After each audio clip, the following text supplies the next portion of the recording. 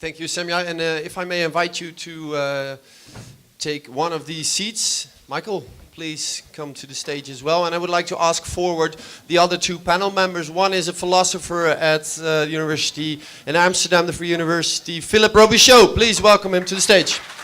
And the fourth panel member is Director of Public Services working on a day-to-day basis in the city of Rotterdam, Meijer.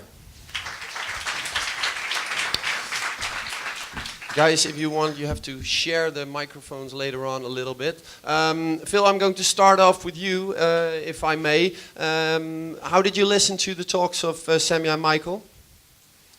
Oh, I loved them. They were really super informative, entertaining, some nice animations, and some great... Oh, can you hear me? Well, yes. That's a big difference. Yeah, it was really nice. I learned quite a lot. Thanks for them. You learned quite a lot. That means something. You are doing an NWO project on nudging responsibly. There were also already some remarks on how to nudge in an ethical, appropriate way. Is there one argument you haven't heard until now?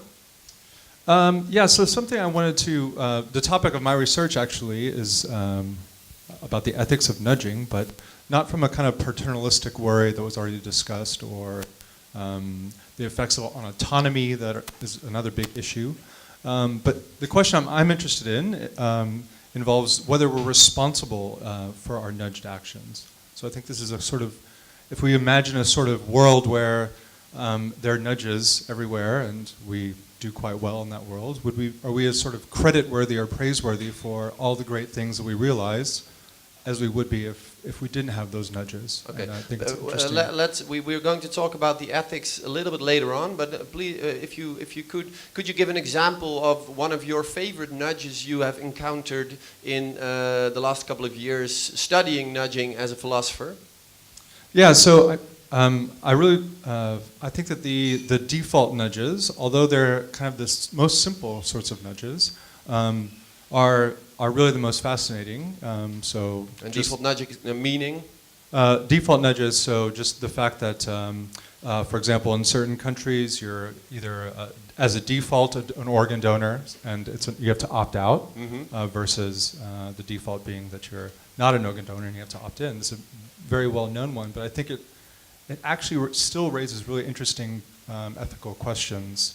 I think the question about whether nudges are avoidable or not is a relevant one, but I also think that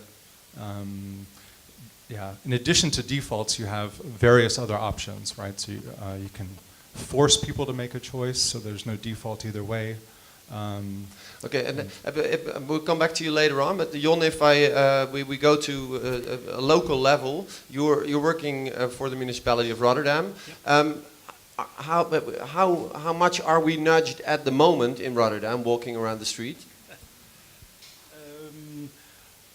Well, I think in the public space, because that's where we did the nudges we did the most. You're nudged everywhere, but not deliberately. And we talk about deliberate nudges, I think. And one example, if you go to a shopping street here and you see green garbage cans, you're being nudged. Because green, we see one right here. Oh, you have him, yeah. Where is this one located? Well, we encountered the problem of a lot of litter in the streets, and we had very well-designed dark grey garbage cans, but it didn't work. And then we painted them ugly green, frog green, I think it is. And suddenly, or not suddenly, but in weeks, we had 60% less litter on the street. So we're trying in public spaces things like this, and we're very glad now that we can combine that with the science also, because this was really not scientific, I think. Okay, but we measured. You thought this up yourself, or somebody from the municipality thought it up, or how do these things come up normally in Rotterdam? No. I didn't think it up myself. Since 2010, 2011, we're experimenting in the public space, especially with the Clean City department, with Robert here at the front row. But we didn't call it nudges. We just called it experiments in cleaning the city better. So we have quite a history. But now you hear all those theories and the terms, and we took a different road to organize it because we made a team with Emil, who is also here and did a lot of work. Which you showed already also. We worked together with the university and we put some money in it, and we got commitment from all the directors in Rotterdam. Okay, so this is something exceptionally hard to be able to get, the commitment from all the directors? It's not something people applaud willingly for, the whole thing of using science in public space. This time it went very quickly because we showed 2 nudges we did, so everybody was convinced. But it's when you have 11,000 civil servants, which we have in Rotterdam, and you want to do this professionally, you have to have a structure. You have to have a networking team, we think. So you don't have a department nudging, but you have a team. And that's what we organized, and we organized money. And this time it was easy to organize it, but it's really a different thing than when you just start nudging. Okay, Semiha, you already did some experiments in the city of Rotterdam, right, in the last year? Yeah, we are running now several experiments, and I think just adding to what Jon already said, and going back to the apples of Michael, this is exactly what we did. I just exactly followed the apples. Can you give one example? Well, I think one of the most important thing is you have to have political support and civil servants who also believe in a scientific base of what we're doing. Can you give one experiment that you did where you succeeded, and can you explain what... Trials are still running, so I can't give results yet. So this we're is very just mysterious. Yes, trials are running. So For example, at the moment you are doing trials in the city. in public space, and we're not allowed to know of it. No, you may know, it's not a secret. Okay. One of the experiments that we're doing is where people park their bikes. It's in some areas it's a huge problem. In the Netherlands, maybe in England it's not that big of a problem. So everyone just puts their bikes whenever they can. They just put it everywhere, and this municipality has great parking areas. But now we are trying to nudge people into parking their bikes in these designated areas, so that we're running a trial right now. Okay, and what is there a place where you would love to do a trial, but you're not yet allowed to at the moment in Rotterdam? Well, I think we're in a very luxurious position right now that we can almost do any trial everywhere in Rotterdam, because all the concern. No, how do we translate it in English? The whole of the local government is participating, so all civil servants, and so we're in a very luxurious position right now. Jon, basically what you did is you asked, together with Semiha and Emil, you have asked people to come up with problems in the city of Rotterdam which might be able to be nudged, right? This is, you put out an open call. Yes, we did, but it's less simple than that, I think, because we have an internal internet, of course, and we called people to come with their problems. But what we're trying to do with this team, is that we are multidisciplinary. So we try to get different departments in this team, and it's a network. It's not a department. I already said before, but I can't stress that enough. Because they come with their own problems. They talk with people, and then they develop problems which are Can you give an example of a problem that popped up where you thought this is... In my own department, we have a lot of no-shows at the counter of the tax counters and the public service counters where you get the passports and the IDs. So people make an appointment and they make an appointment, and 20-30% in some shops are not showing up. And this is not very effective and efficient. So you want to do something, and you don't want to start fining or enforcing, getting people out of their houses to the counter. So you have to think of other behavioral measures, like nudging, to get them there. That's one of the experiments we're doing now. and nobody knew before that it was open to nudges. So when you talk with this network, you encounter those problems. Yeah. So it's not only an advertisement, come with your problem. Michael, you talked about a couple of global issues and a couple of national issues. Are there also issues on a local, on a municipal scale that you think are very, very, very that you would like to nudge as a BIT member? Sure. So there are hundreds of things that local governments do everywhere that we've worked with local governments on, which are sort of deeply fascinating. I think the big area for us in local government in the UK, which we're looking at the moment, is children's social care. So this is, we have 80,000 young people who are classed as in need of child protection. So they've entered into a formal statutory system for protecting them. And these young people have the worst outcomes of any young people in the country. Basically mass-produced randomized controlled trials in behavioral science for issues around compliance in particular. So getting people to show up to things, getting people to pay their local government taxes. So that, we have 418 local authorities in the UK alone, and we've worked with perhaps 100 of them. In order to work with all of them, I would need a small army. So how can we distill down these behavioral insights and get them out to as many people as possible, as efficiently as possible, whilst also keeping the sort of scientific aspect of it? What I do not hear, and when I try to explain to friends and family what we're going to do here tonight, I always gave the example of the piano stairs. Instead of taking the escalator, you paint the piano stairs black and white, and you make it fun to take the stairs. Is this something that's also part of nudging the 21st century city, or is this something that's fun to toy around with but doesn't seriously address problems in society? So from my perspective, it is a nudge insofar as it does exactly what it says on the tin. It doesn't alter people's economic incentives, and it's easy to avoid. You can just go up the escalator.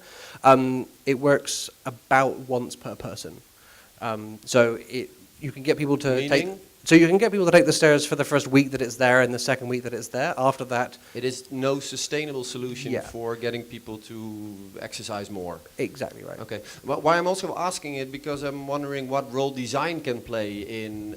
We're talking about the collaboration of science and policymakers. What do you think is the role for designers or architects, for example, in what you are doing at the moment? So I think it's absolutely huge. So my boss, David Halpin, his PhD is in mental health and the built environment. It's literally on how architecture and the way in which cities are designed in a physical sense can influence all kinds of behaviors, so mental health, crime outcomes, educational outcomes. And so this is an area which is definitely ripe for a lot of work. On design as well, if you look at a lot of the interventions I'm sort of putting up on the screen, it's we redesign a letter or we redesign a text message, and it's still, for anybody here who has a design background, it looks still hideous. We have I'm doing the best I can do as an economist, where we're not aesthetically minded people as a group, some notable exceptions. So yeah, there has to be an element of design that comes into this. I think this is the next frontier for us. So last year I've said was about building qualitative research into BIT. This year is about building data science into BIT. Next year I think is about building design into BIT. We do need to be careful about that. So if you think about going back to the organ donation example, we did a study in the UK where we have opt-in for organ donation, and we did one version of the intervention which looked really pretty. So it had a nice stock photograph of some happy smiling people on it, and it was much more designy, and it focus grouped much better than all of the others because it was more attractive, and it backfired. So it essentially, if we'd gone with that one as the one we'd rolled out, we would have killed an extra 2 people a year, which is not really the business that I'm aiming to be in. And we've replicated this in a number of other areas and tried doing sort of different sort of lab experiments as well as the field experiments. It seems as though there is a sort of a comforting ugliness of government. People do not expect government to be too slick or too attractive, which is, I'm perfect, right? So, and so there is this risk of sort of, if we start designing government ad campaigns that are as good as Coca-Cola's advertising campaigns, people don't feel like that's governmental anymore, and they may switch off. And that, that's an empirical question. We need to test that. So you're actually saying you're doing the same as Coca-Cola, only in a uglier way. Yes. Okay. I'm much less sweet as well. Okay. Phil, you are the philosopher here. There are a couple of people fan of nudging. They are building up laboratories in cities next to the government offices. Is this something we should be aware of? Is it? Yeah, so we talked a little bit about transparency already, and I think that transparency is important with these sorts of interventions, I think. I mean, we're all here, so we all know about it. It's transparent to us. But I think there are various, like many of these issues, the degree to which nudges are paternalistic, the degree to which our autonomy is threatened by them, and the degree to which they're transparent, these are all matters of degree. So philosophers... But isn't it a little bit strange for a nudge to be transparent? The whole thing of a nudge is that you don't know that you're being nudged, right? For many nudges, that's true, but it's also true that some nudges can remain effective if you know, for example, that you may be being nudged, or that there may be nudges in your environment. You can choose to leave or not.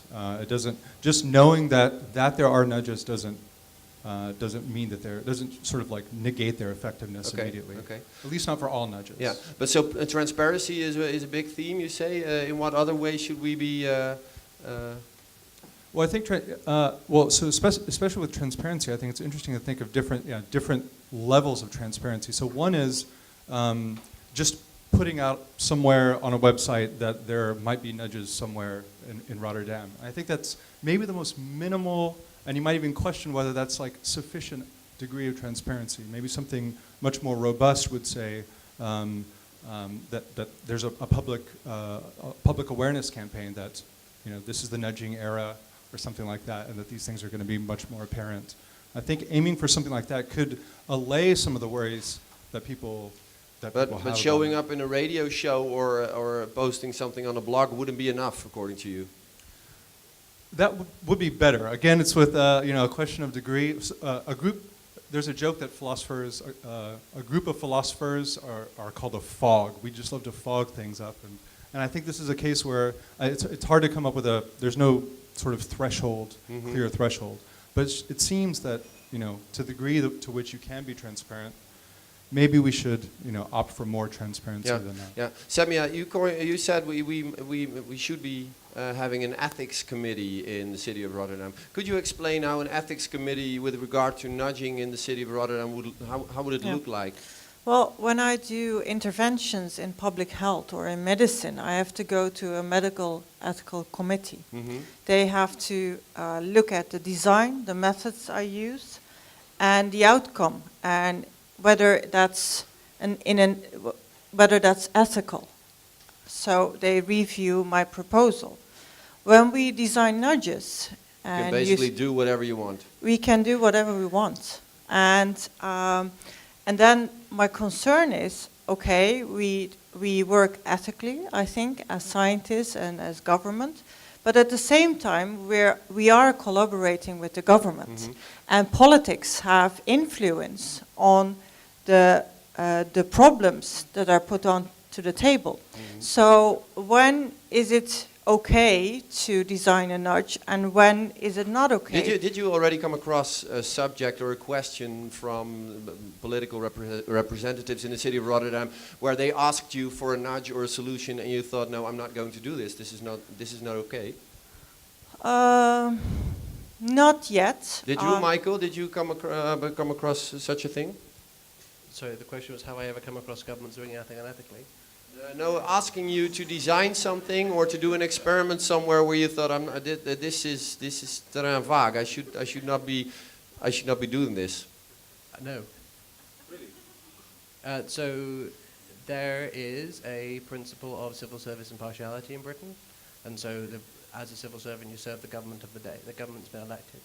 So to the extent, yeah, so if you're a civil servant, you don't have political views. You're not allowed to have political views. You're not allowed to be a member of a political party if you're above a certain level. Our job is to serve the government of the day. Our government doesn't. I don't work for a government that's evil. We don't do things that are, I would say, in the space of being unethical. Okay. But that's just my view. Obviously, members of the public who vote for other parties may disagree. But I don't work for the party. I work for the Queen.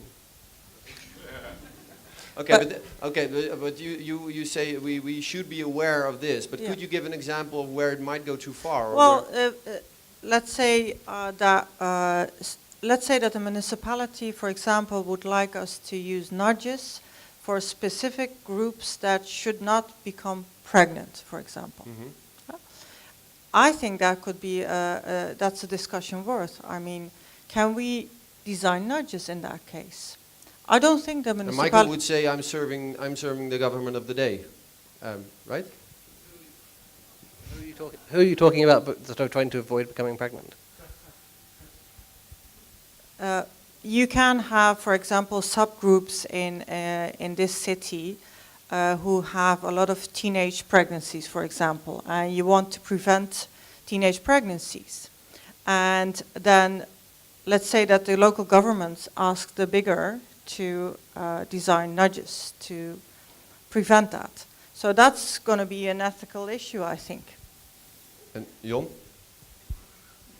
Yeah, you're grabbing the microphone, so. Yeah. Well, I have the same example. No, I think it depends a bit. We are searching for answers in this matter. I think because it depends a bit on the issue. If you're looking at those garbage cans or no-shows at a counter, and those are laws or rules which are already established, and you try with a nudge or other instruments you have to influence this behavior, I think you're on safe ground. But if you talk about those kind of issues which didn't come up yet, then you really have to think of how to do those nudges. Are you involving political discussion up front? How do you prevent this blowing up in your face because you're just doing it and don't communicate about it? But we didn't have an issue like this yet, but they're coming up, I hope, because then we have a sharp discussion also with the politics and maybe we need an ethical committee to do it. Is it in any way a political theme in, for example, the city of Rotterdam, in the Yeah, in the field of the public space, we did it together with the aldermen, the green garbage cans. So they're aware of it, and they're liking those nudges, which are helping them to reach their political goals, which are already established. When it's get really exciting, when it's about issues which are not politically established, or there are no rules for it, or there are no laws for it. And we're going to encounter that, but we didn't do it yet. Yeah, but Michael? So I'm possibly going to get myself lynched here. I have much less of an issue, it seems, ethically with this than you do. So our governments here and in the UK govern by consent. They are democratically elected by people, and so there is an ethical standard of the people, of the culture being applied there, sort of by default. We also in the UK, we have decreed that it is not possible for a lady under the age of 16 to consent to sex. We provide information in schools about the dangers of unprotected sex and underage sex. We provide freely in schools contraception, which we do so we don't charge anybody for those things. We send people to prison if they try and have sex with minors. These are sort of uses of the other three tools of government, so regulation, incentives, and information, which we view as being which Britain has decided as a society are completely legitimate uses of government's power to try and limit sexual activity by minors. It doesn't feel to me as though using a nudge in this instance, so I don't know what, I mean, I'm not sure that there is a nudge powerful enough to stop teenagers having sex if they want to, but it doesn't feel to me beyond the pale of the things that we want people to do. If you were to, if you want to stop teenagers generally from becoming pregnant, and that's something that the government, which has been elected, has decided to do, that doesn't bother me. If you were to start replacing sort of teenage girls with sort of members of ethnic minority X, then I would have a problem with that ethically. But I also think that, so under those circumstances, I would not partake in that kind of nudge. But that's a much more extreme. Michael, and not one is that's this a going to come up. tension between you as a scientist and you as a public servant? Is it? So No. I reject the argument that scientists are inherently more ethical than public servants. Okay. Semiha, Denktas? Well, I think being democratically elected as a government is not a guarantee for ethical behavior. Right. Yeah, we agree on that? Yeah. Okay. So, Being a professor is a guarantee either. no, not being a professor having ethical behavior is not a guarantee either. We agree. That's why I think we have civil servants serving in bigger or in BIT or other these type of groups. I was also thinking about how can I, as an academic director, protect the civil servants from the influence of politicians. That's why I think we need an independent ethical committee that can review our actions. That's good to have an independent committee. So whatever political choices that are made and politicians are elected democratically, that's never a guarantee for us to be able to do proper behavioral experiments. So that's why I plea for an ethics committee like in the medical field. Okay. And Michael, short reaction, yeah? So we have an ethics committee at BIT, which we've set up for the purposes of trying to regulate our behavior. I do think that, so in a psychology lab experiment, you're allowed to deceive people. So you're allowed to lie to them if you debrief them afterwards. In government, we are not allowed to do that. We're not allowed to lie to people. Similarly, the Milgram experiments where you pretend to get people to electric shock each other until they have breakdowns, that got through an ethics committee, absolutely no problem at all. I feel like government would probably object to doing that. So I think we need both of these types of protection. But as I said, I reject the argument that one is more ethical than the other. And concerning, you said the governments are democratically elected. BIT is also advising Singapore, right? Yes. Which is kind of a difficult situation, right? We're talking about democracy. It is a difficult situation. What are your standpoints there, Mr. Sanders? I don't have a standpoint there. So there is a principle. So again, to go back to this. So BIT has a principle of cabinet responsibility. So if I were to disagree with my company's stance as a director of that company on working with Singapore, I wouldn't be able to tell you. So the fact that I'm making that. But you might be. Sorry. You might disagree with. It's possible. Okay. Okay. That touches upon another question. BIT has been privatized, right? We've been spun out of government, which is slightly different, but yeah. Okay. Did this change the way you do business?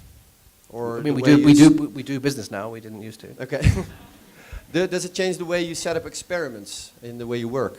It does a little bit. So we're able to work much more freely, which means we work with more people than we would have done before. So if I think that children's social care is an area that I think we should work in because I feel that it's important, then I don't have to wait for the government to realize it's important to go and work on it. We also have, our ethics procedures are much more rigorous than they were when we were inside government, because inside government, we didn't have an ethics committee when we were in government because the government wasn't entirely pro that. As a civil servant, if a minister says, this is what needs to happen, this is the policy, if I say, no, the ethics committee says no, then I would be fired. That's how the civil service works. So we now have an ethics committee, so that makes a big difference. We're also, I think, even more transparent than we used to be. So we publish pretty much everything we do. Okay.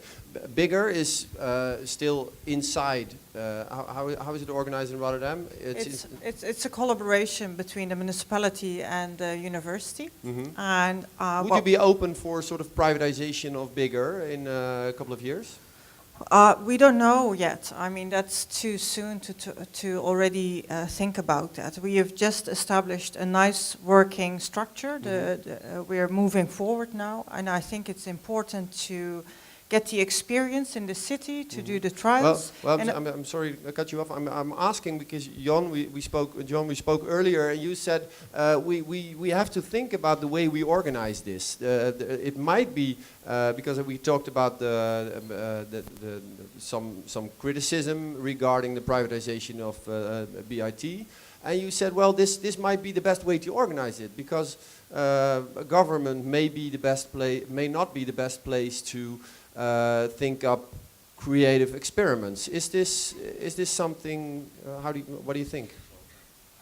I think this is something for the long term, because we just started. But if you look at it's not privatized, is it? It's 100% government owned, or We're 35% owned by the government, 35% owned by a charity, and the remainder is owned by the staff as a mutual. yeah. So what struck me with all those nudges I saw already in international literature or presentation is that there is a lot of creativity with it. To think about solutions which fits into those nudging.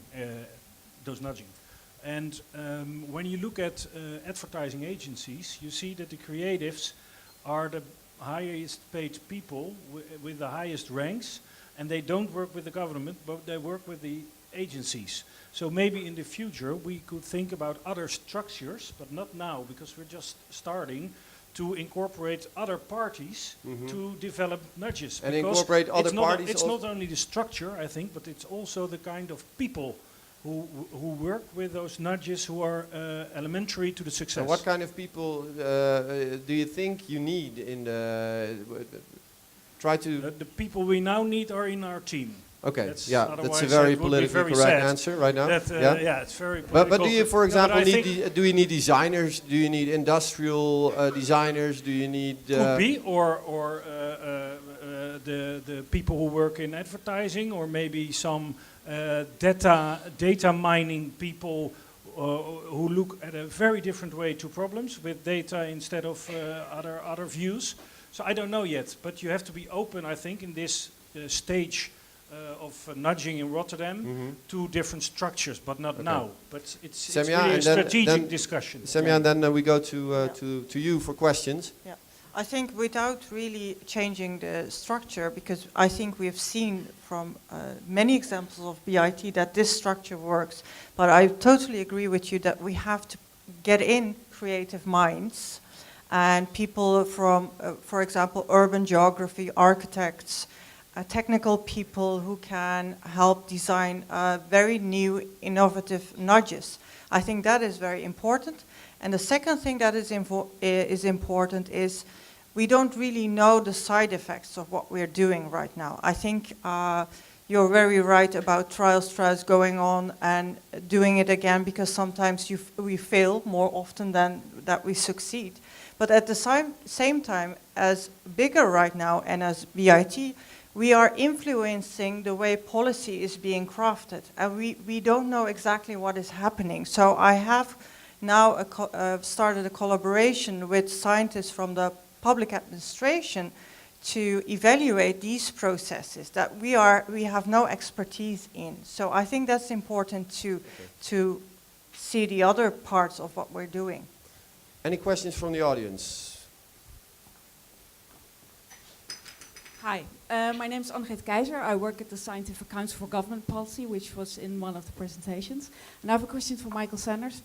Have you also designed as BIT UK nudges not to change the behavior of citizens, but to change the behavior of policymakers? I'm actually thinking about your idea about the cognitive load stress test, which policymakers should use to test if their policies are really doable for citizens. So we have an organisational behaviour team headed up by my colleague Robichaud that works on nudges inside the civil service and other organisations. So this is trying to reduce stress among civil service workers, trying to improve decision making, reduce groupthink.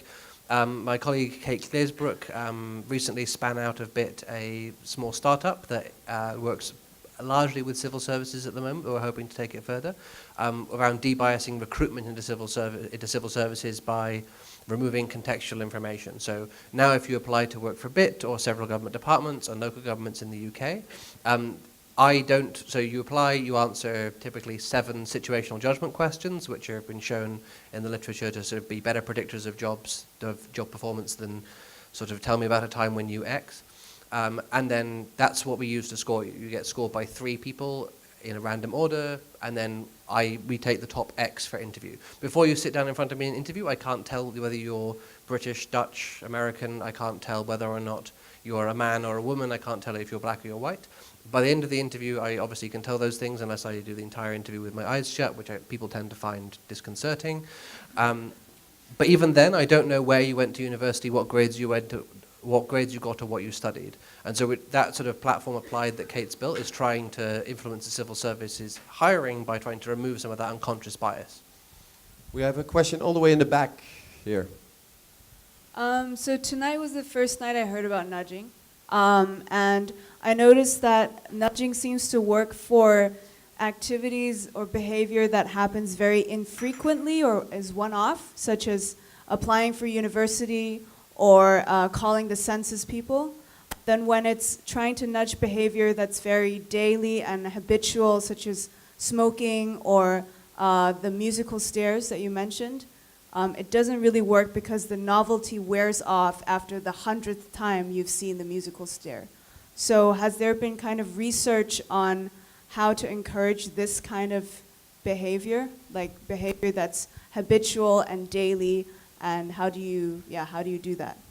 So I don't think that we haven't got any evidence about nudges that work in the long term. The stairs don't work in the long term, but there are definitely some examples of things that do. So one of my doctoral students, Bibi Groot, she has a study on which is sort of year-long, getting people to turn up to class by sending messages to nominated social supporters. That increases attendance over the course of the year in further education colleges in the UK by about 10% and increases pass rates by 7 percentage points. So that's a whole year-long intervention that seems to work. My colleague Raj Chande has similar studies. So there are definitely things that do work repeatedly. There's also things like, as previously mentioned, the defaults. So once you're in the organ donation register once you're registered for a pension plan once by default, then you're pretty much in, and very few people end up opting out. So where it's difficult to build up habits, we can sort of short-circuit that process.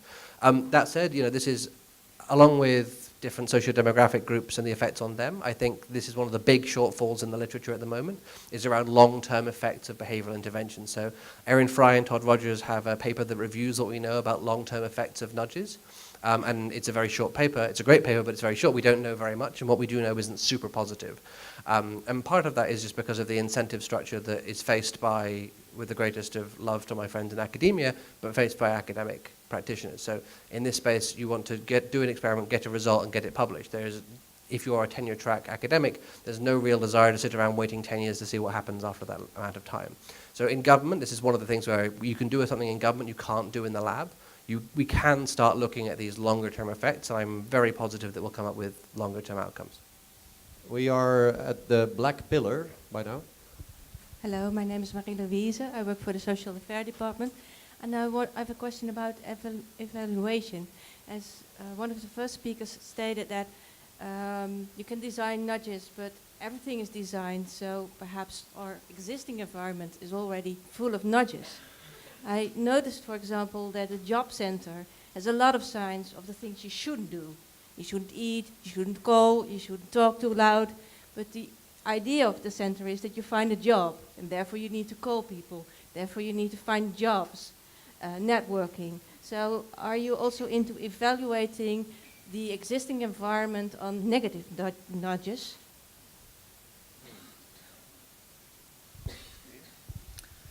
I think that's one of the issues that we really have to look into. I mean, we don't live in a design-free world. Everything is designed. I mean, the way we sit here, everything is designed. And I think the key in using proper nudges is how can we make use of the environment that is already designed in a certain way, and maybe with small tweaks we can influence behavior in a positive way.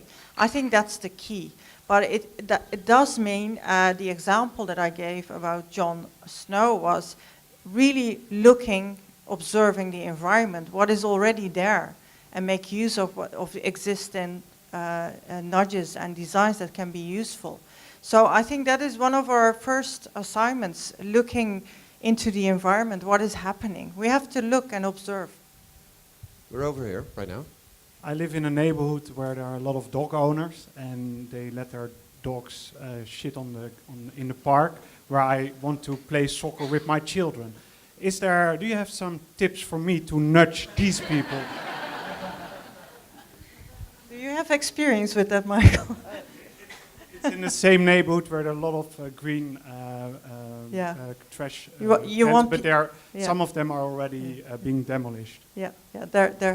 There has been nudges for. I think there is experience with that, right? I don't think I've dealt with that particular issue. So Manchester in the north of the UK, I think, is experimenting with just fining people an absolute ton of money, and it's actually sort of a reciprocal fine, I guess I'd define it as. So if you spot me, well, not me, my dog, doing that, then and you report me to the government, then they'll fine me £100. And then they'll give it to you, which sort of gives you this incentive to sort of dob people, which is like, this is very far away from being a nudge, but I can imagine it being very effective. If yes, it's not. I'm looking to Robert Durr. You were mentioned a couple of times now because you did a famous garbage experiment. Do you have a tip for Mr. van der Kwast here? How should he solve this problem, or should the problem be solved by scientists or policy makers? Well, I think I need to think a bit more on that. But one of the things that we found was with other terms of littering that sort of really seemed to help us. Together with John, we did an experiment where we made much more visible that these kind of behaviors are actually, quite heavily penalized. Right? So you get quite a big fine, and the probability of being caught, it is low, but it is higher than you may think. But people just don't know. And so in that sense, you have actually two benefits. So you help people who find those kind of behaviors actually really annoying, but at the same time you also protect the people who otherwise may get fined because they just don't realize, that the probability of being caught is actually quite high. So that could be one of those things. So I don't know, perhaps, whenever the people of the Stadstoezicht, give a fine for this kind of behavior, you should somehow make this much more visible, by having a longer chat, or maybe publicize this much better. Who knows? Maybe that helps. One more question. Yeah. Just to continue on the dog poo issues. Nice. I was wondering, because there have been studies, I think, before as well, where they use, for example, the I don't know how you call them in English, but the places where you wait for your bus, that they have been destroyed very often, and that you sort of have to set the right example for people to make them more likely to comply with that as well. Would that work for the dog poo thing as well? So if for example, the neighborhood is cleaned every once in a while, and people do not know about that, but sort of they create an environment where the right example is sort of shown, then people are less likely to do that certain behavior. So it's ambiguous, is the unhelpful answer to that, I think. So from my perspective, it could work really well by setting a norm of cleanliness and of conformity. The other risk is that if you are aware that it gets cleaned very, very frequently now, then you may think that the cost to others of your making a mess is reduced, and so you may think that there's no pro-social component to not getting your dog to make a mess, and so you may not conform. Yeah, I think exactly the same. So changing the social norm might work, but we should just try it out in your neighborhood, Mr. van der Kwast. Okay. If there are any questions left, please save them for the bar. We are going to nudge. Also, we're going to nudge you towards the bar. Thank you very much for being here. Wait for it. We will be back here at bar for another experiment with Yevgeny Morozov, one of our famous internet en technologie-critici. Ik doe het maar even in het Nederlands. And he will talk about the advantages and the disadvantages of the smart city and how big technology companies are gaining more and more power, among others with Willem Schinkel. And we have invited Kate Raworth, who is called the new Thomas Piketty, to Rotterdam in January of 2018. And also in January of 2018, Richard Sennett, world famous sociologist, will be here at the Dependance. So hopefully see you there. And stick around for some beers, and please a big applause for Michael, Semiha, Jon Meijer and Robichaud.